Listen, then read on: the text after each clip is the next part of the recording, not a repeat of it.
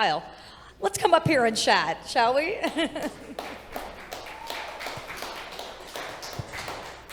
Does this one work? It does. It's a lot less nervous in here now with everyone at the bar. I know. Maybe we should just do this at the bar. I'm loose now. It's good. I know. Maybe I could use a drink right about now. I think everyone can. So Kyle, you have, I have your bio, but I think it's better when it comes from you, especially your involvement in BYLT. I was going through it, especially as someone that likes to be active and is kind of always involved in activewear. And tell us about your role at BYLT and how many SKUs are on the site right now? Yeah, definitely. So it's been interesting in my career. I've worked, outside of the agency freelance lane for 3 back-to-back high growth apparel companies, each with the 5,000 SKU catalogs and whatnot. And it's been interesting because from my 9 to 5, I've been stuck in that high SKU, high growth phase, and then I really enjoy sitting down with a range of companies on the freelance side and leaning into growth in the lower SKUs and seeing kind of how what you look at changes, what KPIs you use change, and it's really interesting to go and transition from having all these levers and different pages and different lanes to just one product, one lane, one passion. Is there one that's your favorite? Do you like working with smaller SKUs versus larger SKUs, or is it pretty much the same? I'd say if we're going by what's more fun, I would say single SKU for sure. You get to play around in that CRO lane a lot more and really dive into juicing conversion rate out of every single inch of your page and really focusing on applying that product to whatever targets you're going for. And if it's broad, then that's even better. But I'd say single SKU is much more fun. Yeah, it's easier for me. There's so many, we've learned so many different tactics of how to get the customer involved from the D2C standpoint. What are some of your best practices when it comes to just having that customer adhere to, have that stickiness with specific SKUs, maybe even when you're dealing with a company that has one specific SKU that's a hero product or multiple SKUs? Yeah, whenever I'm first getting into a new client's accounts, the 2 things I start out with are really your unit metrics. So walking back, taking a 30,000 step view, looking at your contribution margin by product. If you're a single SKU company, that's even better. You would be so surprised how many $1 to $10 million brands don't know their contribution margin for their one single product that they're offering. So I'll typically start with contribution margin, your unit metrics, which basically tell me how much room we have to spend. How much room do we have to work with before we're starting to dip into the red? If you're a new brand, you definitely don't want to be going down that road. I see a lot of brands just kind of start guessing what spend to put into these accounts right off the bat, which is interesting. So I usually will start with the unit metrics, and I also look at your creative library. I've found that between knowing how much money you have to spend and knowing what assets you're putting that spend behind are really the 2 biggest rooms for improvement.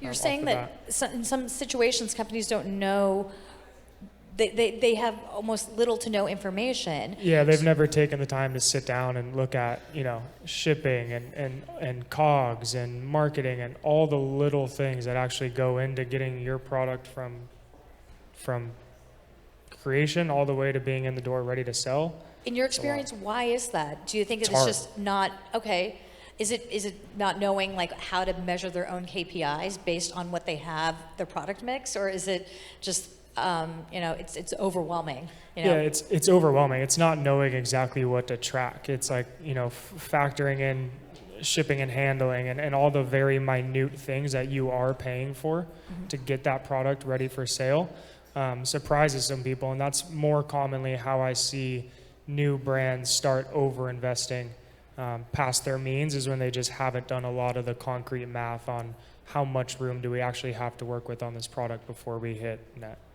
If it is, I think all of us in this room have gotten overwhelmed with anything that we are doing, anything that we are dealing with having to do with our businesses.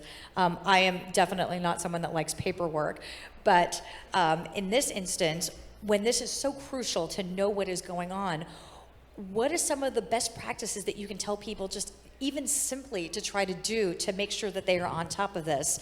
And specifically, BYLT has, I'm assuming, definitely more than 30 SKUs. How do you manage such vast amounts of SKUs and making sure that you're on top of that? Is there a specific stack that you're using? Is that stack changing as the company is growing? And how, as a potential, if you're CRO or CEO or CTO, how are you keeping on top of that? Yeah, I think more than the technical side, it's really working with demand and planning. And we've walked it back to where now the growth team is involved in the product by itself. The company is one thing and it can design all the product that it wants and whatever verticals it wants, but the growth team knows what products are going to fit in the cohorts that we're targeting. Obviously with BYLT, we have the luxury to be able to target pretty broad. Yeah. So we typically will push that demand planning team to create products that speak to more people. Now we go back and forth on, should we be only advertising core products that speak to a lot of people and grow the business with broad targeting that way? Or do we start introducing much new, like a lot of unique products to start opening up new customers that way? So that's one thing that we'll go really back and forth with is I definitely encourage everyone, if you're not close, if you're in apparel especially, and your marketing teams and your growth and planning teams are not talking, I feel like at BYLT, that was the biggest thing that we noticed was getting us involved in the buys and then really tracking those products and how they perform downstream. We've, in other conferences, I've hosted and hosted panels. We talk a lot about influencer marketing, and it's interesting. We've talked so much about customer retention and making sure that customer is excited, but from your perspective, when it comes to influencers, I'm curious to know, at what point does a company start working with an influencer? Does it matter if they only have 1 or 2 SKUs?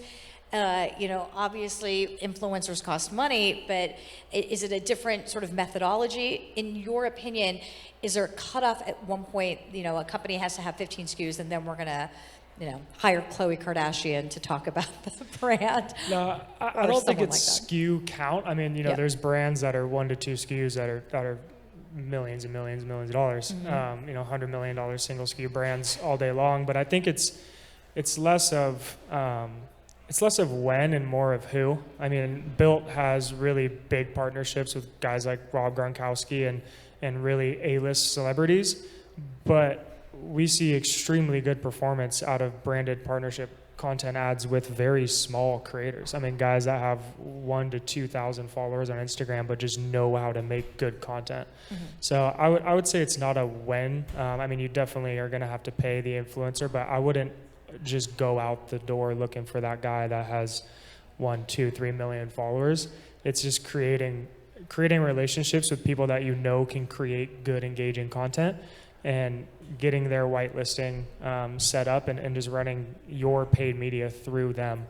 Ideally, you want that big following for the organic side. When they post, all of a sudden you see a jump in sessions, right? But ideally, you're going to run that content through your paid channel anyways, so you're going to want to make sure that partner is creating good content. It's not necessarily, you don't need the next Rob Gronkowski, but yeah. Give us an example of a piece of content someone did for BYLT that you really loved or that was really successful? Maybe, something that you loved and that was maybe even also successful, or maybe, it wasn't, you didn't necessarily love it, but it turned out to be very successful. Yeah, we have this one creator, his name is Scotty. We kind of found this guy, but similar to what Fabletics was saying, it's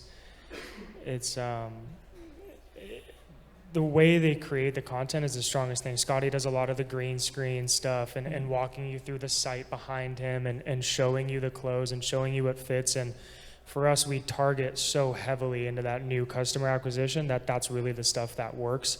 It's product education for our core styles is what works, but we've seen that partnering up with really small creators that can make good content has outperformed, signing the big guys and getting content with them. So definitely those green screen ads, they work like crazy. Walking people through, if you have more than one SKU, just walking through your features and benefits of every single product. If you are one SKU, same thing, just walking through why they need this product. Since most of us in this room are targeting broad these days, I challenge my team really just to be every single creative we output. How is this telling someone why they need to buy our product over the 10,000 other activewear companies? What's one way that you're measuring, and maybe it's the same for smaller SKUs and larger SKUs, companies that have smaller SKUs and larger SKUs, whether that specific SKU is successful? Yeah, we've recently gotten into, and it's one of my favorite graphs to look at in the entire company. It's a really basic RPV model, so it's basically revenue per view of a page. So obviously, if you're one single SKU, you don't really have to worry about this. It's all one page, right? Yeah. But when you have 300 products, 6,000 SKUs plus, you start to look at things at the page level. So we'll do a big analysis on revenue per view of that page, and we'll also do a big analysis on view to buy. So it's what we call, out of all of the page views, how many people have actually converted. And this is interesting because you can obviously see the cohort of products that are driven through paid media, and those are the ones that we'll look at those metrics much closer just to make sure that we're efficiently spending on those products. But the ones that we're not spending on, and it's a low traffic count, but really high RPV or really high view to buy, those are the really interesting ones, because those are the products that our returning cohort is buying without paid media spend at a very efficient rate. So then we'll kind of introduce those into our paid media mix where typically we wouldn't. So we kind of look at it in two different lanes. So we are embarking on this happy hour that is, I can hear people out there, right there drinking and interacting. But what is one thing that everyone in this audience should do, maybe after they leave the happy hour tonight, when they go back to their offices? I'm assuming everyone's just going to go home right after this, but maybe not. Maybe you have a dinner, maybe you're going back to your office, you're going to do more work. What is one thing that people should definitely look at when they're examining their SKUs and looking to really create a plan that's going to resonate with their customer with specific SKUs? Is it about going through, picking out that hero product, looking at their data, finding that hero product? What should everyone do the second they leave happy hour tonight? Yeah, it's going to take longer than a second, but work with your respective teams. And if you haven't done it already, find that contribution margin. Find how much fuel profit you actually really have to spend on your product, and know that number by heart. Make sure you know every single thing going into that cost, because that at the end of the day is really what I've seen get brands in trouble the most, is starting to spend outside that mean, and then you gets red real fast, right? So definitely take the time, work with your teams, understand that contribution margin, and I would double down on my boy Hans here. Post-purchase survey, 100%. Get it. Post-purchase survey. I'm telling you, I think we should all have T-shirts that say post-purchase survey. Yes. It's so. It's crazy. Quickly, how has that helped BYLT really zero in on that customer? Yeah, so when I got to BYLT, I brought on a pretty aggressive tech stack. So we brought on MTA, we brought on incrementality, which are great.